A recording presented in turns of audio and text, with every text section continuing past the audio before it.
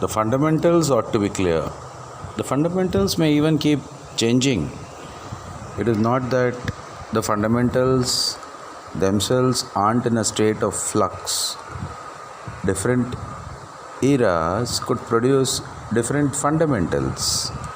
One has to be comfortable with that as well. I was just telling somebody in the morning that if something happened 20 years ago, it didn't happen with the me of today. The me of today is the guru, the master of the me of tomorrow. And the me of yesterday was the guru, the master of the me of today. So what you have actually done 20 years ago is not done to me of today. It was done to the Param Guru's Param Guru's Guru, and it goes on like that. For instance, there are 365 days a year. You multiply that by 20 and you reach some figure. Right? Now, a simple calculation will be 3650 is equal to 10 years. And then you double that. And over 100-year time span, you have 36,500 days roughly. You have that many gurus. I can even extend that to say the me of this moment is different from the me of the previous moment and the me of the next moment. Right? So how many seconds do we have in a day? 86,400? Calculate. Correct me if I'm wrong, but not directly. You can send an email. Don't interrupt me while I'm talking, because there is no point. There is much to learn from me, from my experience. For you, then I have to learn from your experiences. Understand that concept very well. All these recordings we are doing is for posterity. I am not doing it for the present people at all. Over familiarity also is a dangerous concept. A certain distance has to be maintained between a teacher and a student, a master and a disciple, between God and commoners. A certain distance has to be maintained.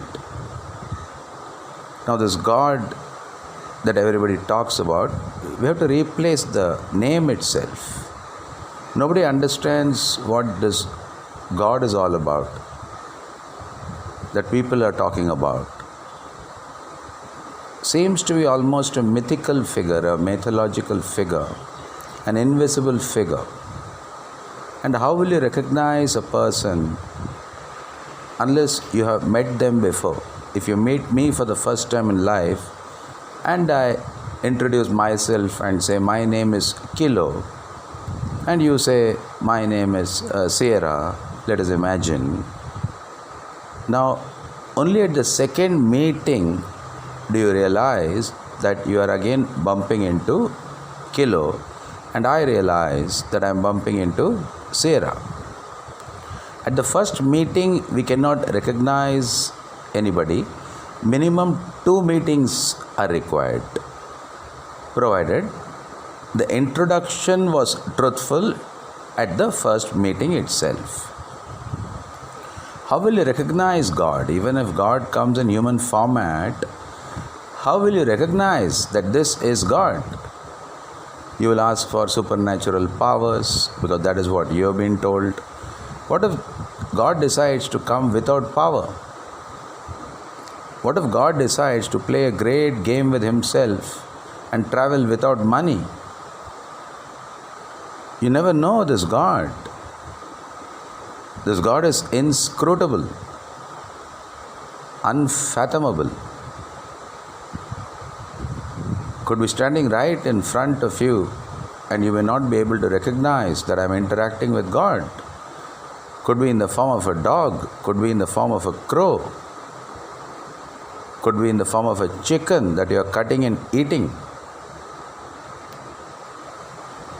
could be in the form of anything. There used to be demons who were in the form of tables and chairs or cradles. They could take the wooden format. Not even very long ago, just about 5,200 years ago, we had those kinds of demons. We had tornado demons. We had people. By demons is just meant somebody who's antithetical to the concept of goodness. Good and evil itself is not very easy to define. However, suppose it were, and we say we can very easily define what is good and what is evil, then the demon who symbolizes evil could take the form of a tornado. He could take the form of an element. He can take the form of rains. He can take the form of fire. So if a demon itself can do such things, imagine the power of God. Imagine what you are messing up with. You are messing up with all the cosmic laws. LAWS. And the laws will be yours. LOSS will be yours. And yours alone. Nobody will save you. Like Vivekananda said, each soul has to strive for its own salvation. This is a brilliant statement. And this just cuts asunder the concept that somebody else suffered for our sins and we are thus saved. Nobody can suffer for your sins. You have to carry the burden of your sins. Also, you have to carry the burden of your virtues, because that's also a burden. Divine enjoyments, rather celestial enjoyments, will be thrust upon you in Swarga. The Hindu concept of Swarga is different from the Western concept of Swarga. And the Hindu concept is obviously far superior. By Hindu concept, I mean eternal concept, because there is nothing called Hinduism. It was a word invented in 1838, I believe. We only have something called Sanatana Dharma, that is eternal divine law. To put it in simple terms, what Buddha says, Eis Dhammo Sanantano. Same thing. Buddha is speaking in Prakrit, and maybe the script is Pali, and he's saying Dharma is equal to Dhamma. The syllable Ra is replaced with Ma. It happens in many languages. For instance, what Americans call fritters, we call pakodas. Now, pakodas, there are two kinds of spellings. One is ends with DAS, Delta Alpha Sierra. The other one ends with RAS, Romeo Alpha Sierra. They mean the same thing. The R sound there is supposed to be Ida.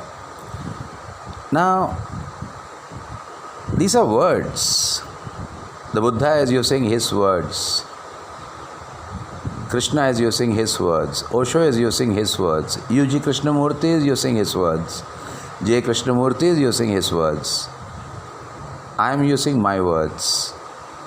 Point is, all these words are only meant to trigger a certain kind of inspiration and motivation in you to transcend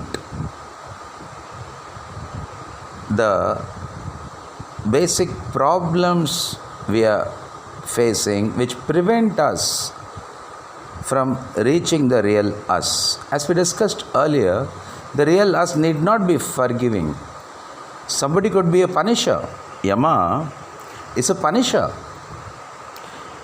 If you are at Yama's darbar, and I won't want you to be, however, let's say John Doe is at Yama's darbar, and John Doe is asking for forgiveness. That's a court of justice. In Bhagavad Gita, it's clearly mentioned amongst dispensers of justice, I am Yama. What does it mean? That this is a court of justice. Justice will be delivered here by Yama. Along with Yama is standing King Ambirasa. Yama is the name of a position, a designation, not the name of a person. Indra is the name of a position, a designation, not the name of a person. It's like saying general manager, finance, general manager, operations, general manager, corrections. Anybody can occupy that position. The designation will not change. However, the name of the person occupying that particular designation, that can change. And as I was saying, the Hindu concept of Swarga is just a celestial discotheque, to put it simply, a place of enjoyment and material enjoyment. Heaven is not a spiritual place. Heaven is not an anti-material place. Heaven is within Maya, within matter, within material universe, within this prison called Durga, material nature. In a prison, you do not start discussing what's for dinner. You start discussing an escape plan if you are intelligent. Now, that is what liberation is all about. The mumukshu who realized the problems and he is now interested in moksha. The person interested in moksha, liberation from all these problems of material life, of the material universes. Even Brahma has his own problems, because that is the topmost material universe. Obviously, Brahma's bliss is zillion times ours. He is also interested in liberation from the material platform. And all these people desirous of moksha are called mumukshu or mumukshus. You have to go step by step in an orderly manner. Of course, you can take quantum leaps. There is no harm in that. My way is simple and practical. I'm not saying just blindly forgive everybody. What happens when you blindly forgive everybody? You put a premium on evil. So evil can keep doing evil and say to itself, I'm going to be forgiven anyway. All enlightened people turn out to be wonderful forgivers. No, that's not the way. That ruins societies and communities and countries and planet Earth. Examples have to be set. Some people have to be made examples of for the future of humanity itself. That do not try these transgressions. We have reserved the most demeaning chastisement for the transgressors. It ought to be like that. That is what Yama does. That is Yama's job. Yama may come to planet Earth. He may be born in a family. He may not necessarily be Vidura at that time. I am talking about the Yama of Kali Yuga. What will the Yama of Kali Yuga do? Have you ever thought about that?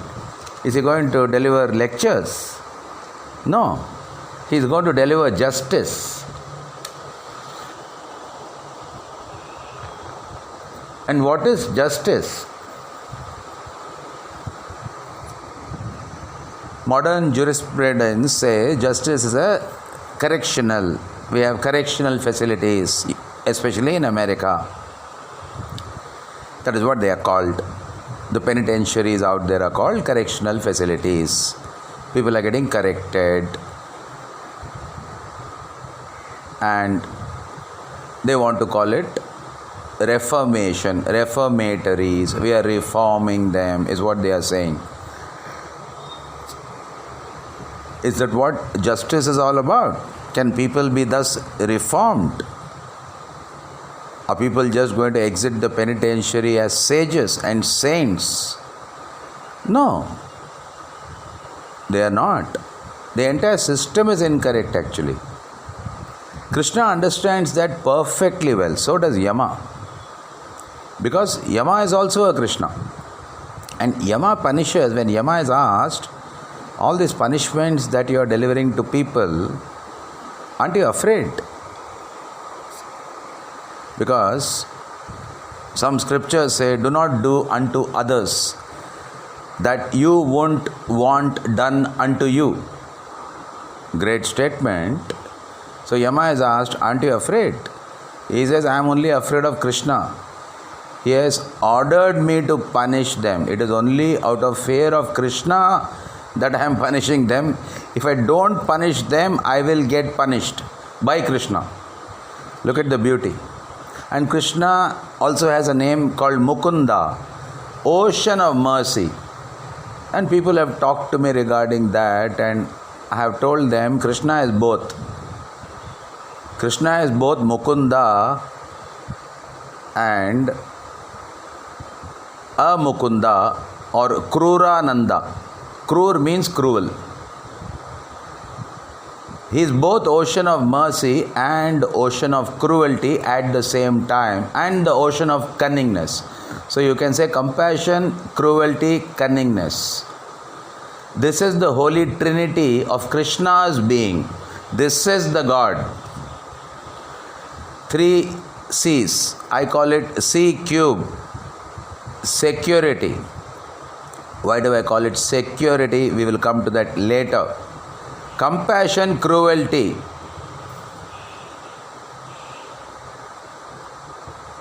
And you want to add creativity.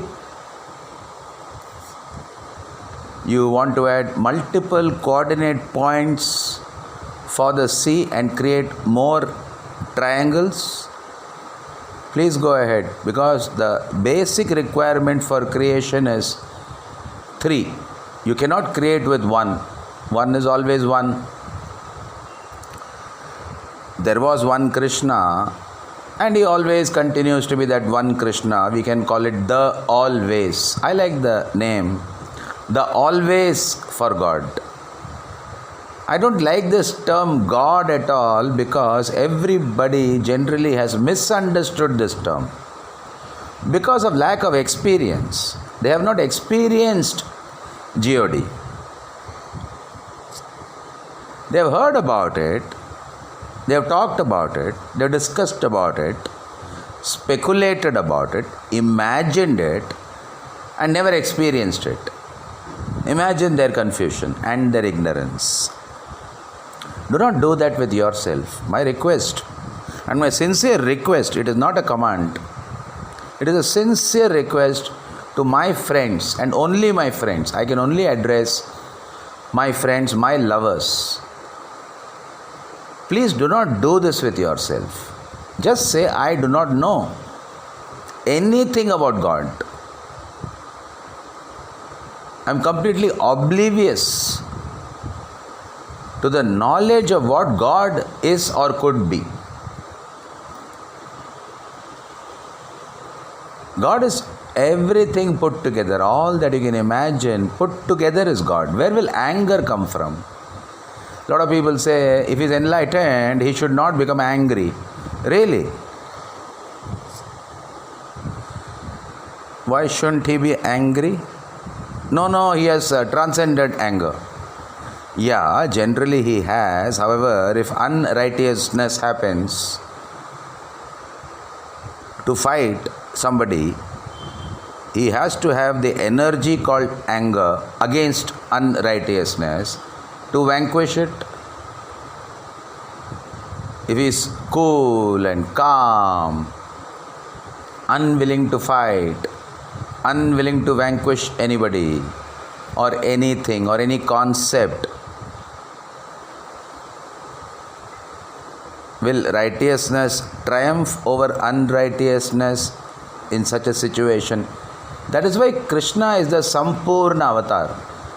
When Arjuna refused to fight, ultimately, let us say, despite all the explanations, Krishna just got off his chariot very angrily. Another instance is